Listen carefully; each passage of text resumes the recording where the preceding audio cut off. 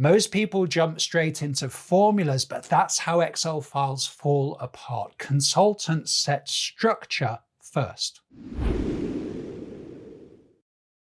If you would like your files to look more like this and less like this, then this is the system you need. This is the Excel architect, the 5 layers consultants build into Excel files. Let me show you exactly how this structure works. So what would you need to build a good house? Well, you'd need good raw materials. And in Excel, our raw material is data. So how do we get data properly organized in Excel? Let's get into the Excel file.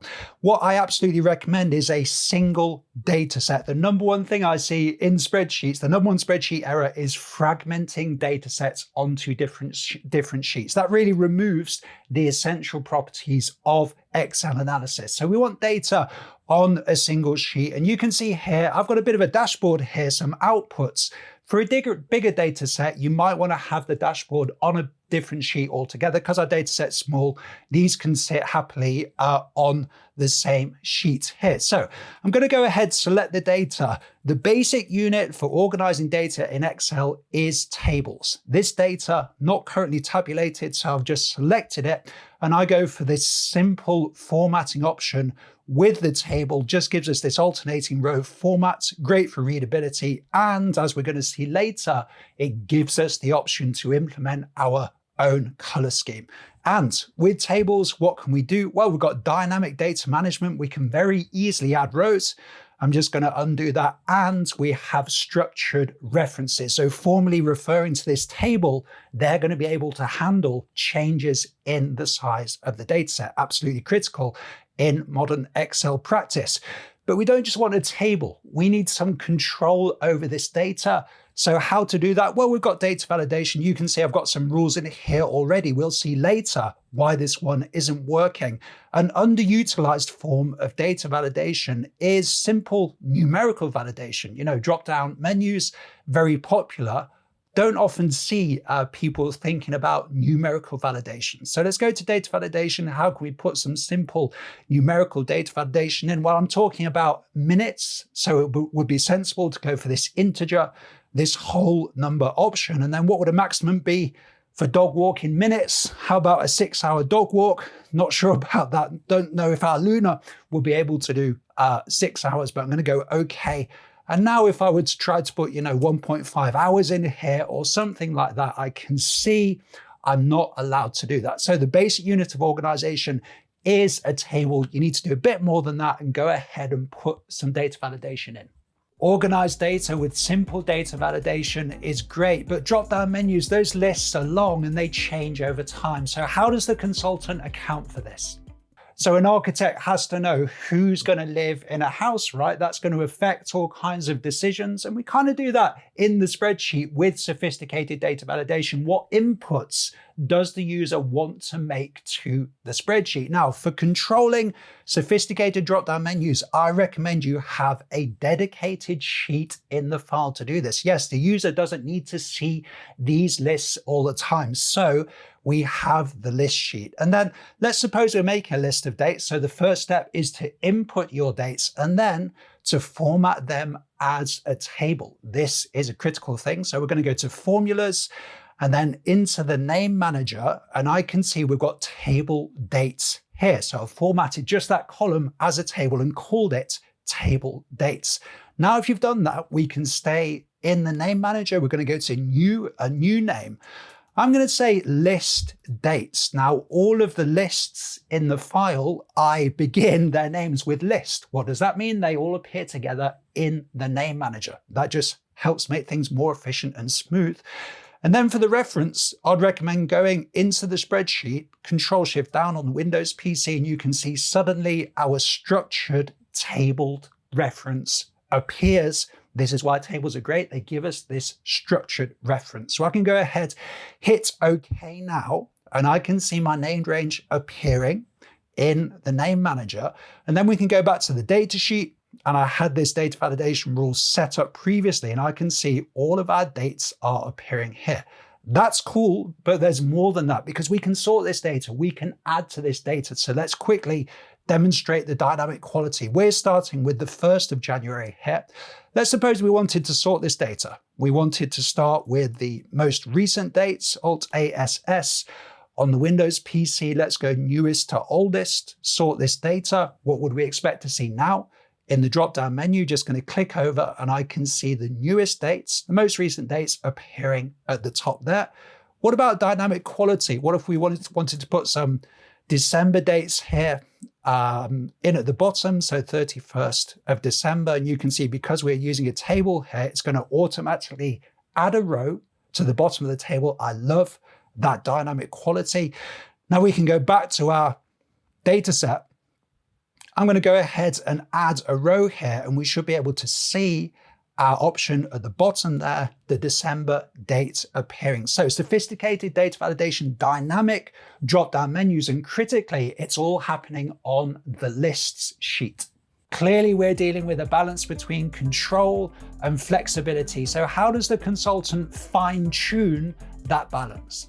So do you have something like a boiler room in your house? You don't need to go in there often, but sometimes you really need to change something about the heating. You need to go and change a setting, then the heating's better in the whole house. Let's get back into the Excel file. Yes, the engine sheet. The engine sheet is for storing parameters that we don't need to see all the time, but give us flexibility, allow the file to kind of update itself over time with new business circumstances. The engine sheet is for storing these parameters. So what's an example? Well, have you seen this formula in our data set? What's the problem with this formula? Well, we can see 0.2 here. So we have a parameter embedded in a formula. Yes, Andrew Martin, Warwick Business School 15 years ago told me you can't embed parameters in formulae because we can't change them there. So what's the solution here? Let's go back to the engine sheet. I've created a cell for holding this information. I'm going to go ahead and name this range. Why name the range? Because it's easier with referencing. We're going to see in a second. You can see I'm using the shorthand way of creating a named range. And my naming convention is I use the first letter of the sheet the range is on as the first letter of the named range. That means they all display nicely together in the name manager. I'm going to hit enter, Alt-MN on the Windows PC, just confirming that Excel has created that named range. Right, with that done, let's close the named ranges manager. Back to the data sheet. So how can we update this formula so it's flexible? Let's go ahead and we can see eFee appearing there. I'm going to hit the tab key. Then because we're using a table, this formula is going to automatically copy down. So what can we do now? We've got 13 as the fee for the first walk. We can go ahead and change our fee. It allows us to do this kind of what if analysis, experimentation, all things being equal. What if we're charged different fees? And I can see these fees automatically updating. So this gives us the flexibility we need. It's the boiler room, it's the engine sheet. Welcome to the year of your Excel success, but this isn't really about Excel, it's about you. Each month we build one skill step by step, no overwhelm, just steady progress with me and people like you. Because when you put your energy into the right skills, when your ladder is leaning against the right wall, everything gets easier, your work gets clearer, your confidence grows. So join the next live session and make this year the year you finally feel in control of Excel and of your career. Click subscribe to join the journey, links below. We've been dealing with data so far, but a spreadsheet isn't a spreadsheet without calculations. So how to handle those? So if you're a builder or an architect, you're going to need somewhere to build things, right? You're going to need a workbench, but where should that workbench be? Are you going to put it in the front garden where everybody walking past can see it? Well, I'm not sure that's the best way. Back into the Excel file. Let's take a second to appreciate this beautiful dynamic quality we've got here. I'm going to make a change to the dataset. Just keep an eye on the chart here, hit enter, and we can see that chart updating beautifully. So there's some calculations, but they don't need to be on the front sheet. Yes, your workbench, our workbench doesn't need to be in the back garden. So how is this working? It's working through the calculation sheet, another essential element of Excel files. I'm going to go ahead and just demonstrate here how to put together a formula referencing a different sheet using structured references. Because the truth is we don't need to click between sheets when we're creating formulae across sheets. Sounds a bit complicated. Let me demonstrate. So I want to count the number of walks here. Count if allows us to do that. Open the brackets. And then now you don't need to click across to the other sheet because we can harness the magic of tables and structured references. Now, if you know the name of the table, that's even better. I should have renamed this table something informative, but I know the table we created earlier in the tutorial is table 6. And then what column in the table do I want to look at? Well, if I open the square brackets, suddenly I get a list of options here. I can navigate up and down, hit the tab key. Dog is the column that we're interested in. Close the square bracket and then comma. So I've got to choose the dog's name that I want to count. That's in this cell over here. I can click enter, and this is how to build a formula across sheets using structured references without even clicking across sheets at all. So 3 walks for Frodo. Is that accurate? Going to do a sense check here. 1, 2, 3 entries for Frodo. Seems to be accurate. Back to the calculation sheet. Control D to pull this formula down. It says there's now a total of 11 entries in the table. Control Shift down, I can see we do have 11 entries there. And then once again, let's bring Frodo back for his walk. Just watch the chart update. So we've got that beautiful dynamic quality, that beautiful dashboard without having everybody seeing our workbench, without having to see those messy calculations. So we're talking about design approach and trade-offs, things like that. But the truth is, none of this means anything if the spreadsheet doesn't look good.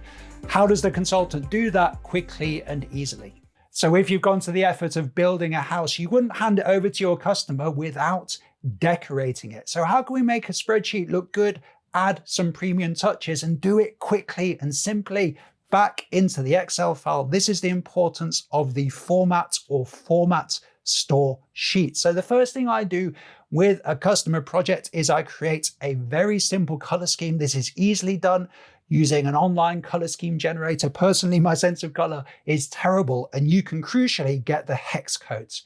Get the hex codes from an online color scheme generator if you want to get a nice bespoke feel. Where can you put the hex codes in? Well, we've got a more colors option here, and custom, you've got RGB and hex code options here too. So go ahead, generate your color scheme, and then in the back end, create some formats that are ready to use. So I have a sheet header format, a subheader format, and a table option format too. So let's see this in practice. How can this save us time? You can see our data sheet is pretty good, but lacking that premium feel. So how can we elevate it, take it to the next level? This area, our sheet header, clearly needs some formatting. So I'm going to go ahead, select our sheet header here, Control C on the Windows PC, Control Alt V and T for formats. That's how quickly you can make your spreadsheet look good. Going to go ahead, and you'll remember earlier in the video, we didn't choose a color for the header as part of the table formats. That's because I like to have some control here, and I'm going to go for the classic dark color on a light background. Yes, as always, it's a single color scheme, but we're moving towards that premium feel using the format store now. Now I'd go ahead, switch off the grid lines, Alt W, VG on the Windows PC. Could you see how quickly? Can you see how quickly you can get to that premium look and feel, that consulting feel, if you have a format sheet? Early in my career, managing a spreadsheet was like spinning plates. I was just waiting for the next thing to go wrong, for the next fire to put out, but it doesn't need to be like that. With the Excel Architect, you get everything organized straight off the bat. For me, it means I don't stay up at night worrying about what I'm going to have to deal with the next day. I hope you too can get some value out of the Excel Architect. So we've learned how to think like a consultant and an architect and structure Excel files professionally. If you're following the year of your Excel success, don't forget to subscribe. The next video to watch is right here.